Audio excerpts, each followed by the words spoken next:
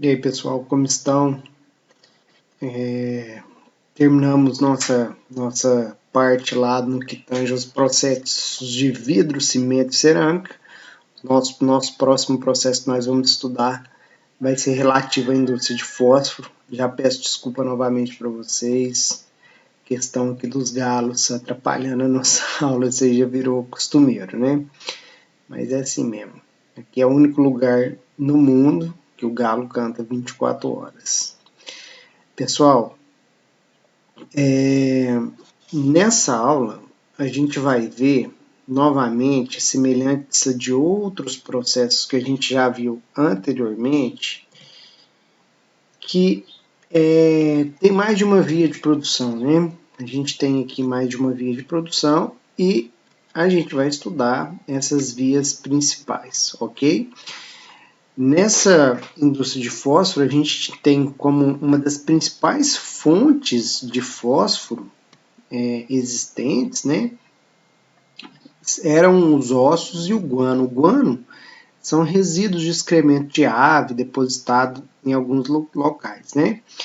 E é lógico que esse tipo de fonte, né, com o tempo isso daí não conseguiu atender a demanda, até porque questão da Revolução Industrial, questão da época das guerras, a gente teve uma demanda maior pelo fósforo, a semelhança de outros processos, né? Então precisou de uma certa inovação dessa indústria, um cuidado a mais com ela, para atender essa demanda de fósforo que a humanidade possui, certo? E a grande importância, se a gente for pensar a principal importância do fósforo aí, ele está presente em alguns alimentos, né?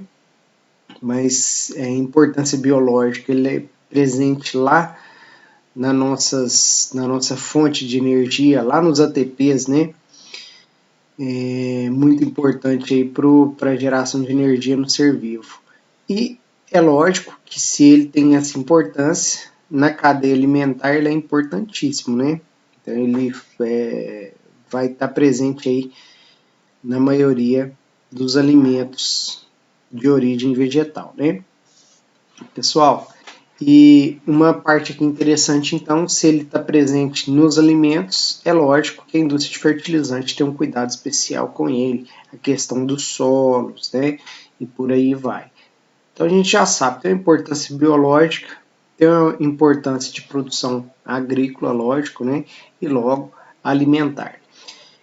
E aí, o que eu queria ressaltar aqui para vocês, onde que destaca, né? Eu coloquei em primeiro lugar aqui a indústria de fertilizante, a gente tem a de sal mineral, alimentação animal, indústria de bebida, chocolate, indústria farmacêutica, detergente, abrilhantador de alumínio, decapante. Decapar, gente, é uma espécie de limpeza de superfície, principalmente preparatória dessa superfície para receber algum revestimento, tá?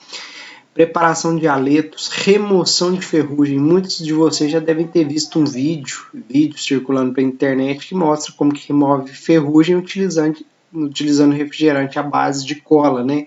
Porque nesse refrigerante a gente sabe que possui uma quantidade de ácido fosfórico e ele tem essa capacidade de dissolver aquela carepa, aquele resíduo lá da ferrugem, aqueles resíduos sólidos da ferrugem. Então, é importante também na remoção de ferrugem, tá?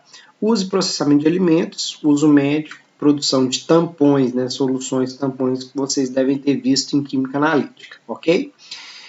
E aí esses processos que a gente vai ver são duas classes de processos via úmida e o processo via seca, tá? Falou que é via seca, via térmica, aí a gente já vai pensar em forno, ok? Falou em via úmida, vamos pensar em soluções, uma reação em solução aquosa, certo?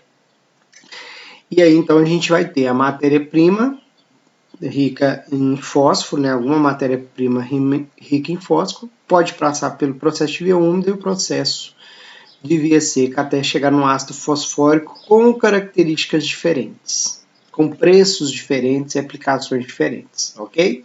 Essa matéria-prima, então, é a nossa primeira pergunta: o que é essa matéria-prima, o que tem nela? Principalmente, gente, são minerais ricos em fósforo. O principal aqui é a rocha, o minério, a fluoropatita, que é uma rocha fosfática, né? Tá aqui a composição aproximada dela, ó, essa parte que lembra gesso, né? Fosfato de cálcio, fluoreto de cálcio. Então nós temos, é lógico que lembra o gesso, porque lá no gesso a gente já viu que é o sulfato de cálcio, né?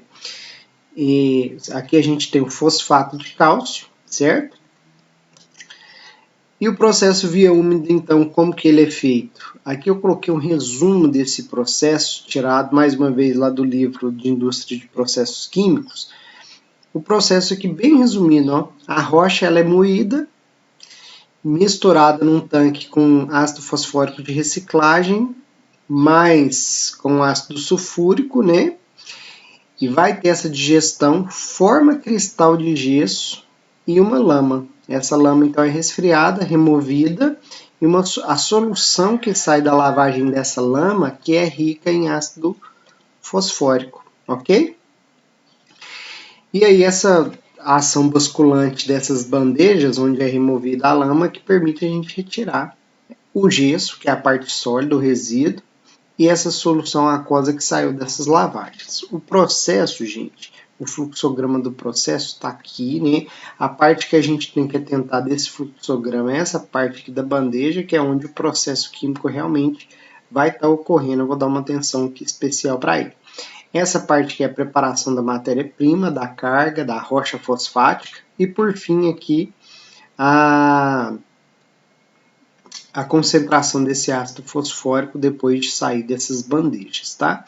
Então aqui praticamente entra o que no processo unitário? A gente tem a entrada da rocha fosfática preparada já, né, da solução,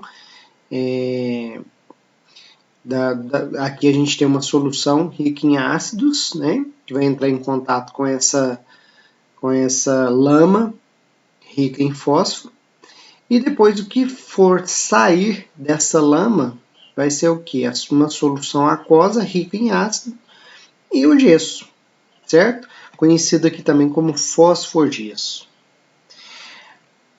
Aí eu coloquei como consideração, é lógico, né, que o equipamento deve ser resistente a ácidos, né? Então tá aqui o metais que são resistentes a ácido, chumbo, ácido inoxidável ou material cerâmico. O tempo deve ser suficiente para quê? Para ocorrer essa reação. A temperatura deve ser controlada para garantir que o gesso seja precipitado. E a reação envolvida, ó, a rocha fluoropatita com ácido sulfúrico, formando gesso, fluoreto de hidrogênio ou ácido fluorídrico e ácido fosfórico. Esse fluoreto de hidrogênio ou ácido fluorídrico formado aqui, ele tem uma temperatura de ebulição muito baixa, né? Abaixo da temperatura de operação aqui desse processo. Então, é normal que ele volatilize. E aí a questão é o seguinte, né? A questão é, dá para coletar esse ácido, utilizar ele para alguma finalidade? O que a gente tem observado é que essas indústrias de fósforo não fazem esse tipo de coleta e, na verdade, usa filtros que absorvem esse material.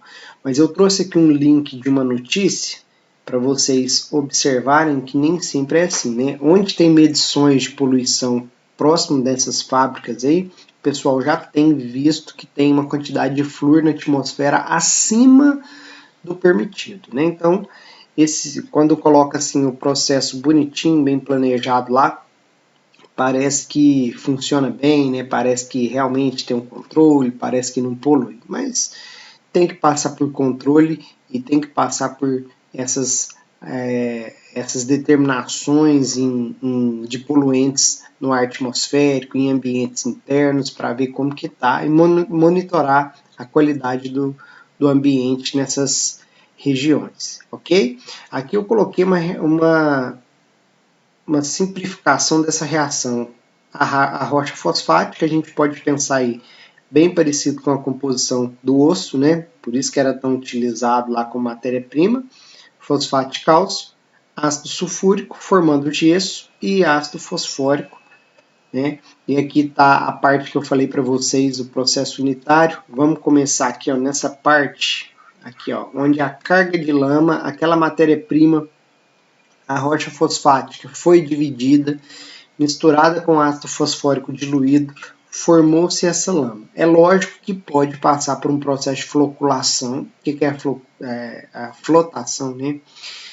Desculpem, gente. A flotação é aquele processo de separação que a gente trabalhou lá no primeiro ano, que eu falei para vocês que às vezes a gente tem algumas rochas, alguns minérios, em que depois de serem moídos, depois de serem triturados, pode passar por um banho de óleo e por diferença de densidade, uma parte rica no componente de interesse pode dissolver no óleo, né? E aí por diferença de densidade tira essa parte de cima, depois faz a remoção do óleo. Então tem algumas formas de fazer essa remoção, né? A gente não vai ver aqui um processo único que faz isso, é interessante a gente ver aqui a reação, né, a reação química envolvida, os subprodutos formados, ok? Então, gente, ó, a carga de lama, que é a matéria-prima que já está misturada, aquela rocha fosfática que já foi trabalhada, já está misturada com alguma quantidade de ácido, depois aqui ela é enxugada, né? Tirar aqui o excesso de ácido, que é chamado de água-mãe original. Depois, ela vai ter um contato com uma solução aquosa diluída, essa solução já ácida, né?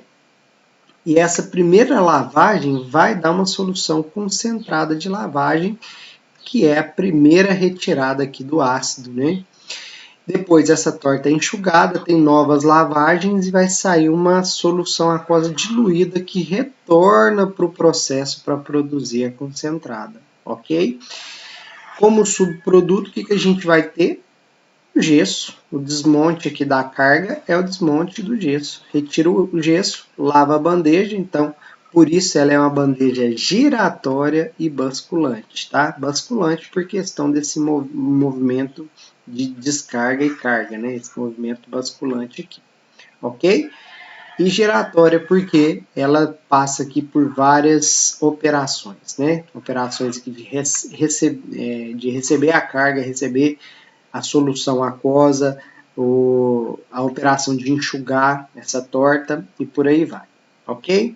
Então, é dessa forma que funciona esse processo. É um processo que não tem tanto interesse na pureza desse ácido, né? Porque ele é principalmente, né, direcionado à indústria de fertilizantes. Se a gente quiser um ácido de elevada pureza, a gente já vai para outro processo via seca, ok? Então, está aqui mostrando aqui a instalação fabril, né, nessa produção. Aqui não tem nenhuma imagem, mas quem tiver a oportunidade de ver algum vídeo de uma indústria dessa, vai ver que eles colocam aí um depósito de fosfogesso também, né? Além dessa instalação, tem um local para disposição do resíduo, certo? Pessoal, eu vou interromper aqui esse vídeo nesse momento e volto com vocês com o processo via seca, tá joia? Valeu demais e até a próxima.